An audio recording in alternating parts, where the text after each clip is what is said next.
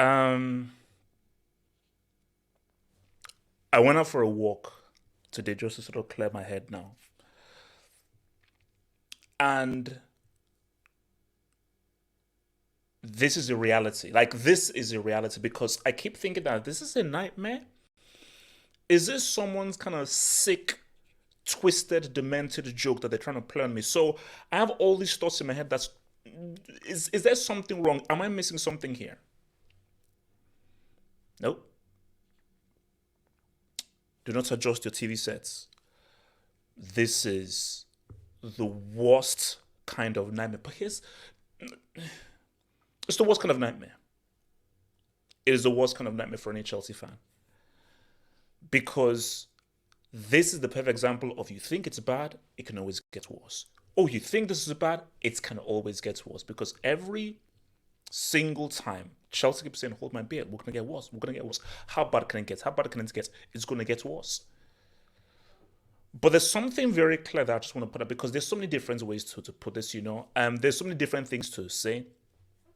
And I'm still on that train of give Brand back his club. I don't want to give these owners any more time. I didn't sign him for a long-term project.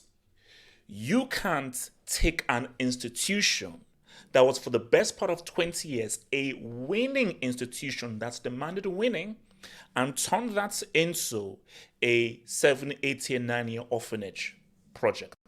You can't do that. That makes no sense. That is unacceptable. That's a crime. That's a crime. You can't do that. That's messed up. That's unacceptable.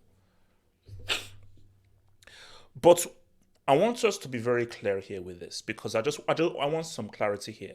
Lampard. Here's the thing here. Because this is something that people need to understand about football and how football works. People are making a mistake. People just think that games are won on the pitch and through in-game management. It's a trifecta. It's a three-piece. It's players executing on the day, the manager's in-game management that includes tactical changes and substitutions, and there's one element that people are missing. There's one element people are missing. You know what that is? Training. Training. So this notion of, oh no, like the players have given up on Lampard, it is the players' fault, the players are to blame, they should do a lot better. Did Kovacic play a World Cup final in 2018? Kovacic just gets to a third place with your boy Brozovic and your boy Modric as well? Didn't Enzo win a World Cup being named the best young player? Hasn't Thiago Silva been regarded as one of the best defenders of his generation? Isn't Kante a World Cup winner and wasn't he man of the match in both UCL semis and the UCL final in 2021? I believe these things are true. So you're not dealing with guys who are just nomads and strangers. And this is what people are missing here. You see, people are missing this element of training. Guys, your football merchants. I'm speaking to the football heads. Even though football heads unsubscribe and leave my channel, I'm speaking strictly to the football heads. Raw football heads here. When you go into training, you're given instructions. And those instructions stays within your psyche come that Saturday, come that Friday night, come that Tuesday night, come that Wednesday night. So that's Tuesday training, Wednesday training, Thursday training. Those things you've been taught, the drills, the instructions, the strategies, the sit downs and looking at tactical plans.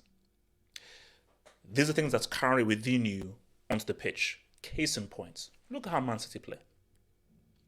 When you look at Man City, it is clear these guys have been drilled to ad infinitum with regards to patterns of play. This is what you do when you don't have the ball. This is what you do when you have the ball. This is the way you stand. These are the runs that you make. These are the decisions that you should make and so forth. Because you see, it's a balance between what you've been taught, go out and interpret. You can't just fully follow the clipboard fully. Sometimes you've just got to interpret. And if you only interpret without having a strategic plan, you get Lampard ball. Because Lampard ball, the pendulum has swung too much in one era, which is it's just vibes. Guys just going out there doing their thing. And if the pendulum swings too much into strategy and so forth, sometimes that is where, which is the issue that City have had in the past few years, you don't have that individual who can say, screw it, let me just go off script and say what's up. Let me go off script and just say what's up off script.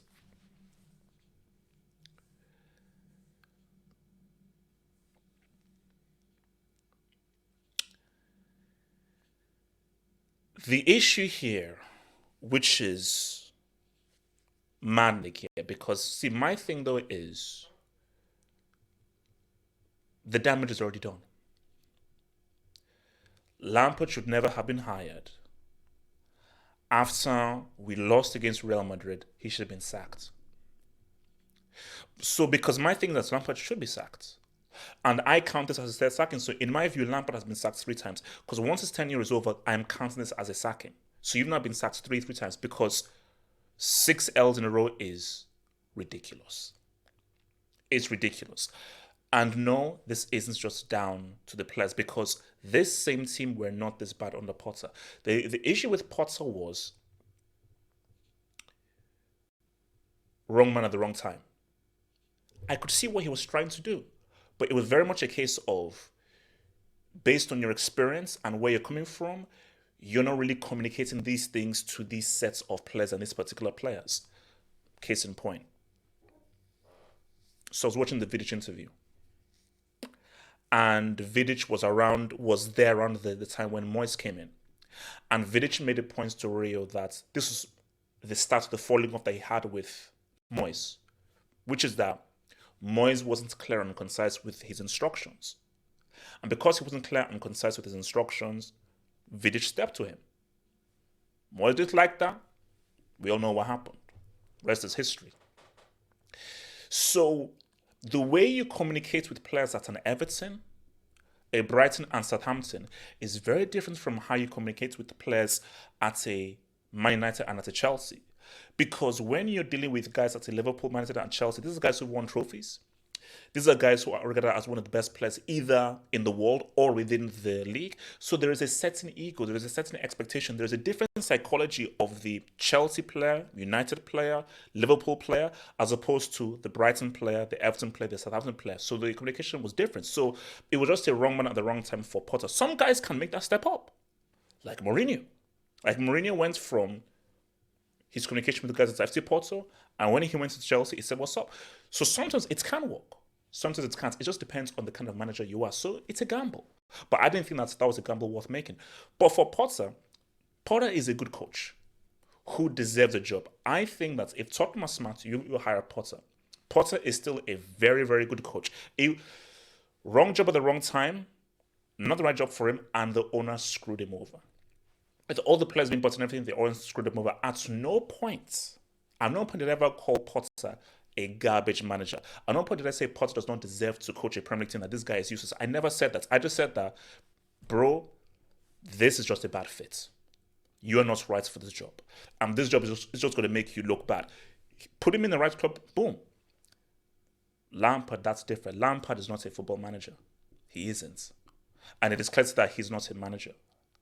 And I can infer and use my footballing sixth sense to know that the reason why those players are like that is because there hasn't been a new manager bounce. You see, you get a new manager bounce in that first game. Players have renewed energy.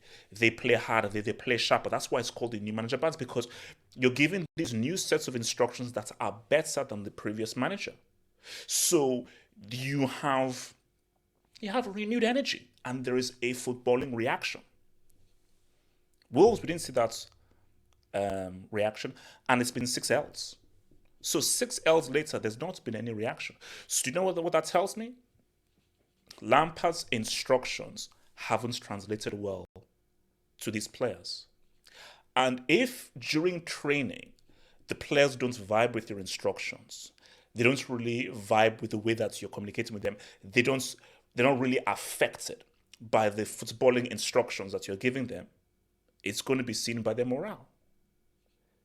Of course, those players are trying. You see, don't get that. Those players are trying. So in the first games, they were trying, but guys, it's human nature. By the time you're on your sixth L, because you see, when you now start conceding so many goals and so forth, it is hard for you to react because what you're seeing with the players is they're disillusioned because we don't believe in this manager. We don't believe in the coach. The manager and the coach, he breathes in the motivation to the players. I've said it so many times. Football is about 70% mental, 30% actual physical. So if you're not mentally right, what you're going to do? Those guys at City, they believe in Pep. They trust Pep. And they know that they are excited by the instructions he gives them in training. It fills them with excitement. Liverpool have hit a brick wall now. But peak Liverpool, you could see that there was an excitement that they had to be like, aha, this is what we want to do from club. Boom. So when you saw how Liverpool played, how City played, you could see, oh, these are the instructions. This is what he wants them to do. Oh, these are his instructions. Under Lampard, and we saw this during his first stint at Chelsea. During the end of his first stint, it was the same thing. This is deja vu. History is repeating itself. Because we're like, during his first stint, this team is disorganized. This team has no structure. This team has no pattern. Guys are totally clueless. So to now say that Lampard hasn't made this team worse, Lampard hasn't exacerbated an already bad situation, you're deluded.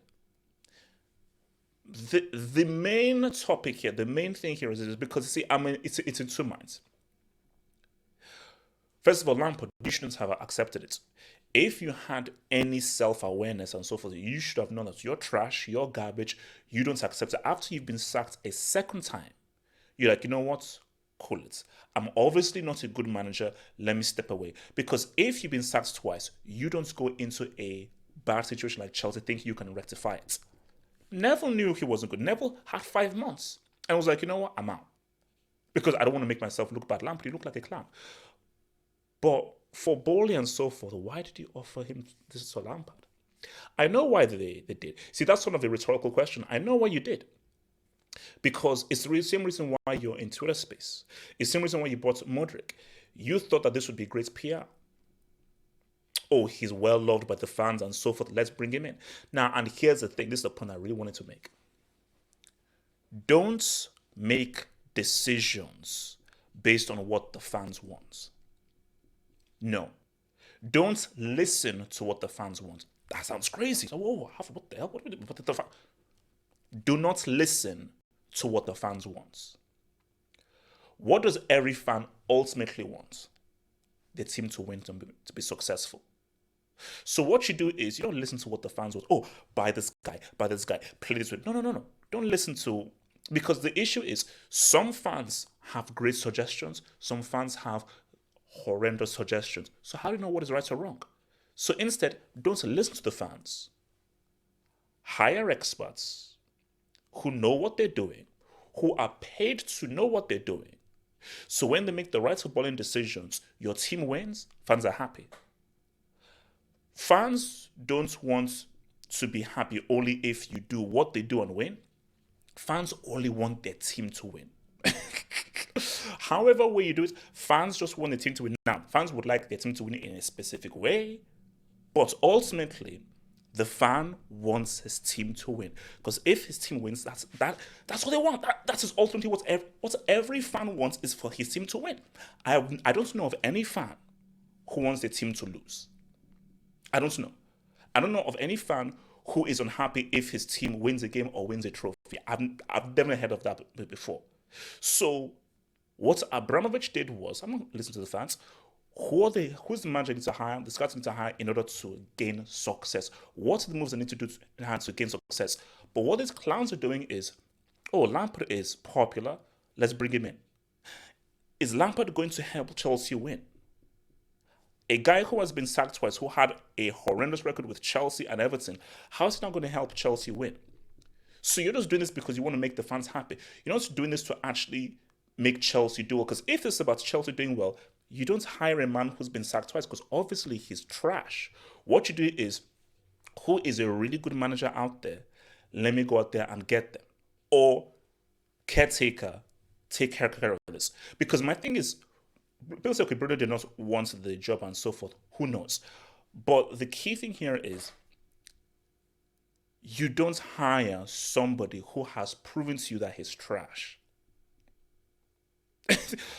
It is a nonsensical decision to make. You either hire a guy who you know is good or somebody who is yet to prove himself. Now, what you should do is, somebody who's yet to prove himself, that's a risk. So what you do is, bad situation, we just need to go the way through. Let's look through the list. Who is an experienced hand who can see this situation and can get us results, get us over the line, and for us to reset next season? Now, what should have happened, and what we all thought was going to happen, is Nagelsmann was going to come in. He was ready. He obviously saw the team, saw the issues, and felt, oh, I think I can do this well. So Nagelsmann made sense. But they stuttered, they hesitated, because there is so much to discuss. There's so much to discuss. I mean, I'm going to have to do like a part two. These owners never accounted for having to sack Potter. Guys, listen to me when I say this. Just listen right now. They never wanted to sack Potter. These owners, they never wanted to sack Potter. As long as Chelsea didn't get relegated, they never wanted to sack Potter. Say, because remember, these are American owners where there's no jeopardy. So 16th or 17th and 15th, 14th, they never wanted to sack Potter. But the dressing room was so toxic. The environment was so toxic, it's forced their hand. So now that they've sacked him, their big plans have now gone up in smoke. They never had a fail-safe. They never had a plan B. There was never a plan B of, oh, if it doesn't work out, no. They put everything on Potter. They put everything on him. So once that blew up, that is why they don't know who next to hire. They don't know what to do. That's why with Pochettino, they're like, okay, well, this and that. So guys are like, okay, what's happening? Because these guys generally do not know what to do because they're like, we didn't account for this. So that's the weird situation. You see, Abramovich knew that, okay, you're sacked, I know who to hire. Because by the time Abramovich sacks a dude, he already knows who to hire because he already knows that, okay, I'm about to sack this dude. But the moment I sack him, I already know who to bring in. So Abramovich was already 2, 3, 4 steps ahead because he knew that, oh, I can see this manager has lost his way. But I have to sack him. And when I sack him, I must know who to hire. So sack, hire, all in one foul swoop. So for these dudes, because they had no intention of sacking Potter, they didn't know who to bring in next. So in their view, they were like, we'll sack him because fans have put pressure on us, but we don't know who to hire because all our plan was on your boy Potter. We don't know who to. So that is why for Nagelsmann, of course I'll pull out for Nagelsmann because Nagelsmann was like, do you want me or not? Yes or no? I'm not going to be like, well, we have to do an interview process. No. Either because if it's an Abramovich should be like, okay, I want you, come in now, boom. There's no interview process and so forth because that's how it works. Like for Abramovich, no, I'm not here for product or so forth. I know who I want. I am seeing you. Come now, contract signed, let's go. Because these guys, their product has gone completely kaput. They couldn't say to Nagelsmann, no, we want you. They're like, okay, yes, stay there, but we're thinking of Enrique. Oh, we're thinking of Pochettino. Oh, we're thinking of Gallardo. Oh, who's good? So, guys, can you just step on stage and do the Macarena? Whoever does the best Macarena wins. So we'll have like a Macarena dance-off. And Nagelsmann was like, I don't want to have a Macarena dance-off, though. Thanks. I don't want to have a Macarena dance-off. Either you want to offer this thing to me, or I'm out. Or I'm out.